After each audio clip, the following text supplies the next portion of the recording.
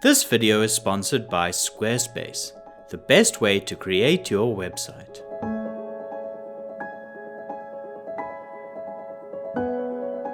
Sofia Coppola's films feel like quiet daydreams, with worlds of isolation, luxury, and honest human relationships, captured through a lens of melancholic beauty. Throughout her career, she's directed films at various budgets, from the indie-level semi-run-and-gun Lost in Translation, to the larger scope but time-pressed Priscilla, all the way to the luxury-laden, high-budget Marie Antoinette. Let's take a deeper look at each of these three productions to see how Sofia Coppola used the resources she had to tell powerful stories about women protagonists, framed by desaturated pastel palettes, a mature restraint, and an almost musical sense of stillness.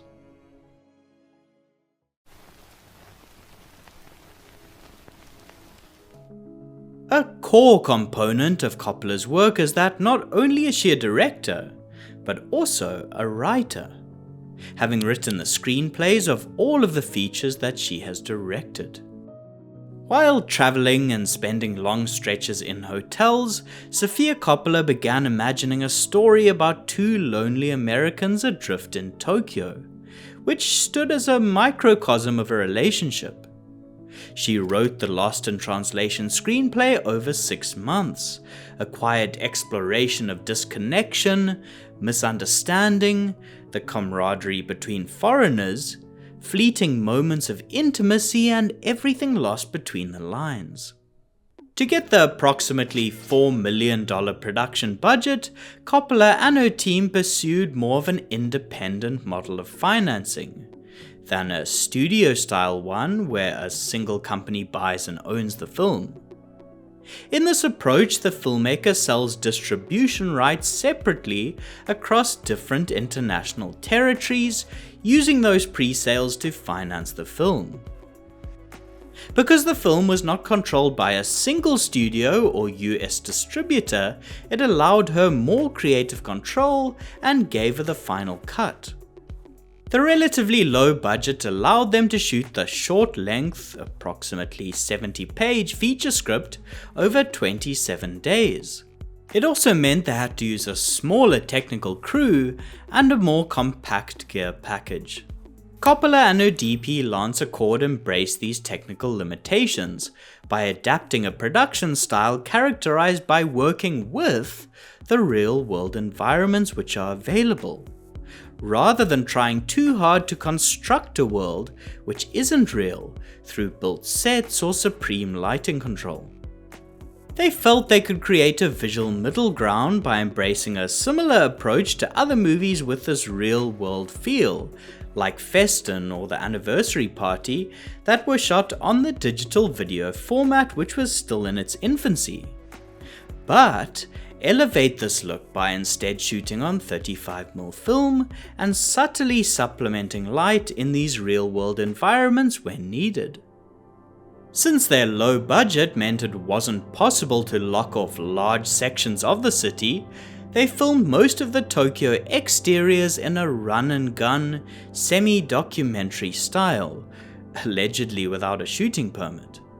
This allowed them to get incredible shots of the actors walking around at iconic locations, like Shibuya Crossing, with real people as extras in the background.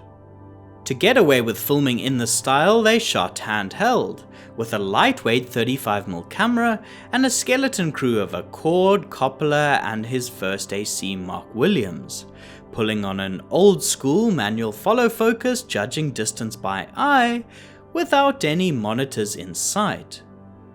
They used 2 camera bodies on the production, mostly the small 35mm Aten 35-3, which was used for handheld or other scenes, or the larger Movie-Cam Compact, which was needed for close-quarter applications like shooting in hotel rooms or bathrooms where the Aten made too much noise. He paired these cameras with a set of Zeiss T1.3 Superspeed primes, mostly shooting on the 35mm focal length, which gave the same perspective as that of a tourist's point-and-shoot camera. They also carried a long Angenieux Optimo zoom for picking actors up in public spaces from far away with a more compressed telephoto lens. Even for locations which they did have more control over, like the solo hotel room scenes with Johansson, they employed a similar, technically minimalist approach.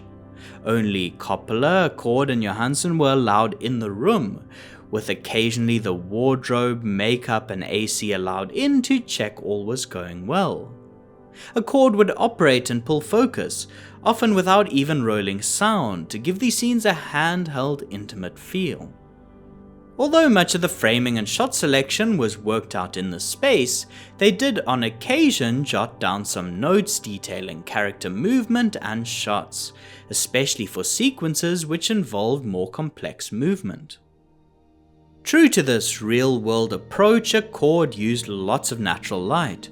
He shot all night exteriors using only real available mixed light sources in the city, like sodium vapor, neon and lanterns, without adding any additional film lights. To do this, he shot night exteriors on Kodak's high-speed, lower contrast 500T film stock, 5263, while he used a 300T 5277 stock for daylight scenes or interiors.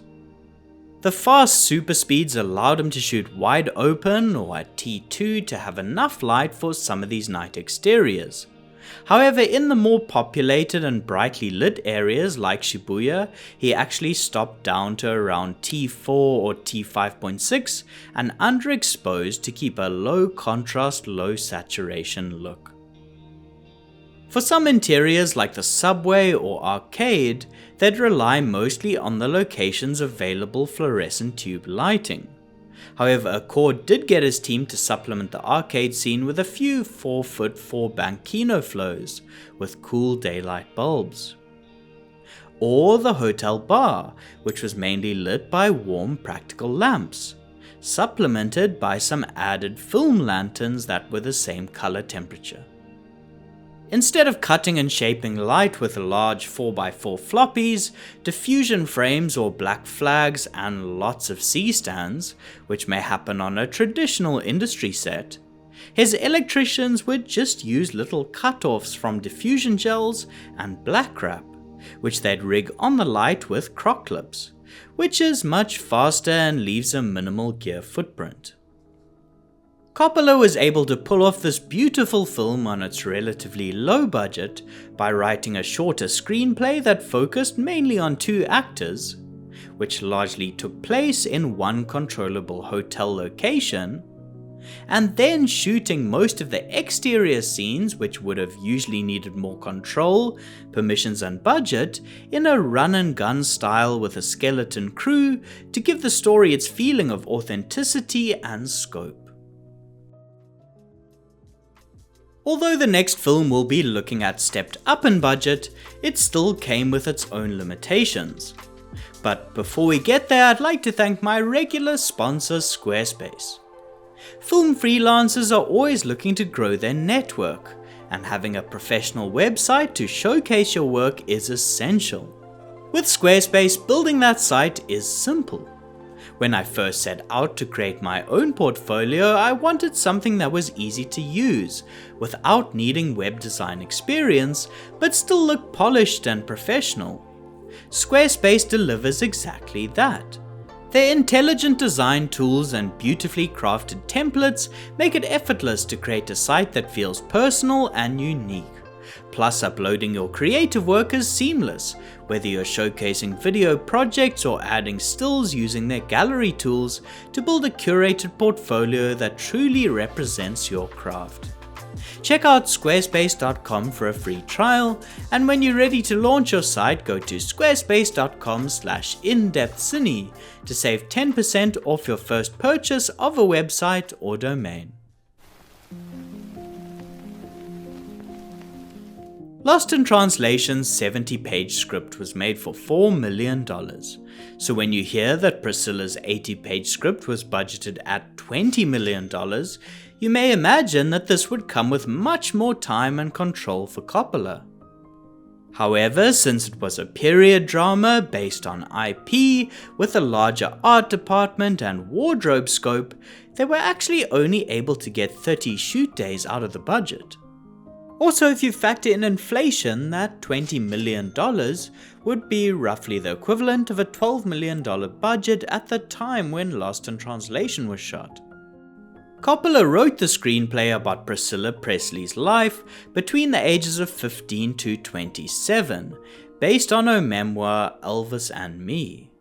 The film played through Priscilla's eyes and chronicled the ups and downs of navigating a complex relationship, with both its dark and lighter side. Before production started, she had to cut out 15 pages from the initial script in order to limit shoot days and make the budget work. Funding was sourced by Italian producer Lorenzo Mieli through the shareholders at Fremantle, under the name of a production company called The Apartment Pictures.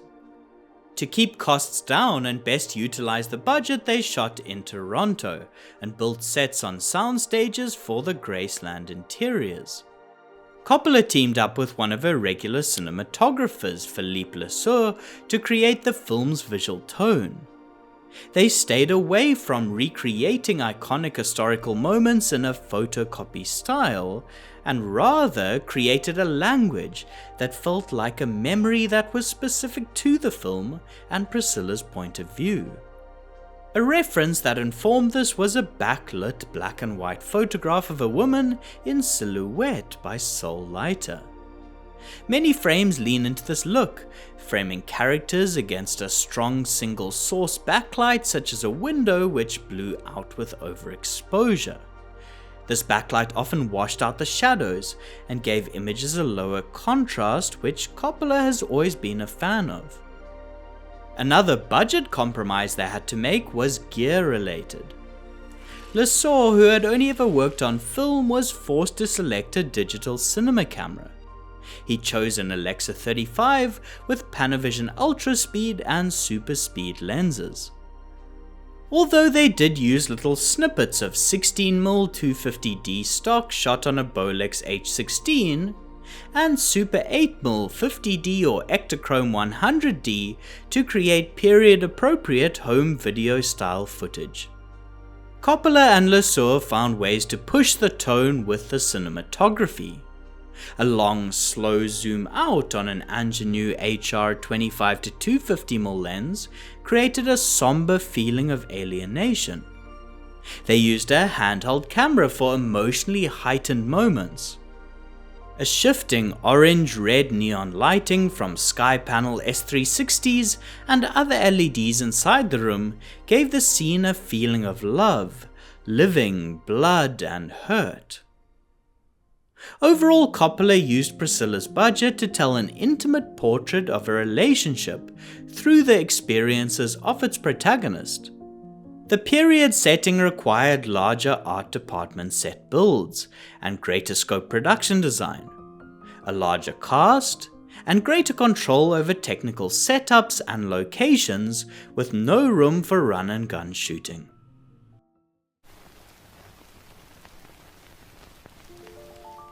In a similar vein to Priscilla, Marie Antoinette was Coppola's first big introduction to making a period film about a well-known figure in history. She based the script on the book Marie Antoinette: The Journey by Antonia Fraser, who chronicled her life leading up to the French Revolution. Coppola sought to create an impressionistic interpretation of Marie Antoinette, which would let the audience get lost in her luxurious world and imagine what it would be like to experience life in Versailles during that time. To create this larger-than-life scale portrayal that was full of visual set pieces, an enormous wardrobe department, and meticulous, audacious production design required a larger budget of approximately $40 million, somewhere around $65 million when adjusted for inflation. To raise so much capital required backing from one of the big studios, Columbia Pictures. All it takes is watching the film to see where some of that spend ended up. The film is laden with a large cast and loads of extras, all kitted out in truckloads of fabulous wardrobe, set against opulently designed sets and locations, which included access to the real Palace of Versailles. All of this takes lots of planning, crew, resources, and time. They were therefore able to shoot from January to April, far longer than the approximately 30 days she had for her other productions. Again, she worked with DP Lance Accord to develop a visual approach. Coppola didn't want to fall into the conventions of period filmmaking being dark, cold, and neutral. Instead, they wanted to reflect her luxury environment by making it brighter and more pop with a colourful pastel palette. Another convention they pushed back against was a widescreen aspect ratio, instead opting to shoot the film in the taller 1.85:1. This gave frames more height and meant wides could capture more of the architecture and high ceilings. Lighting these large spaces in a more high-key style required a larger team of technicians and more gear. For example, for day scenes his team built a lighting platform outside the windows or used crane lifts and pushed through rows of 12K HMIs. The window panels out of frame were covered with a thick diffusion. This created giant soft panels of light. Unlike the electrical team on Lost in Translation, who would use natural light, black wrap and offcuts of diffusion, the lighting in Marie Antoinette was much more traditional and larger in scale, with a full collection of frames, flags and lights. For night interiors, Accord tried to create a candlelit look using film lights. His team built different strings of bulbs, with either 60 watt or smaller 15 watt bulbs that had a color temperature of 2800 Kelvin. Some of these lines were rigged onto or around styrofoam balls or 4x4 or 8x8 frames with diffusion. They also used rope lights placed on tables or actors' laps to give soft light from below. These cast a soft ambient glow across the spaces and gave enough exposure to be able to shoot on the 500T 35mm film stock used for interior and night scenes. This had a slightly softer contrast than the Kodak 250D stock that they used for exteriors, which was more vibrant and saturated. Like on Lost in Translation, his camera package consisted of a lightweight Aten, which he paired with an Arri cam. He used old Cooke Speed Pancros from the 50s and 60s, which were rehoused by Van Diemen. This vintage glass gave a soft diffusive quality to images, which complemented the pastel look and lowered the contrast with a veil effect when they were shot against a bright backlight.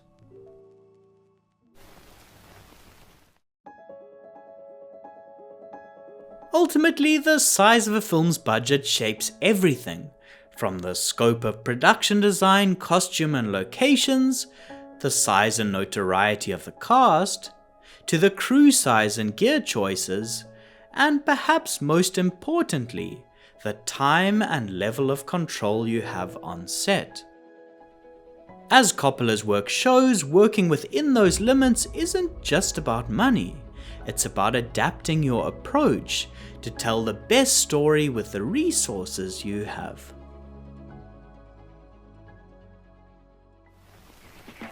Hope that you were able to get something out of this video. Thank you to all of you for supporting the channel, especially those loyal supporters on Patreon. Otherwise, until next time, thanks for watching and goodbye.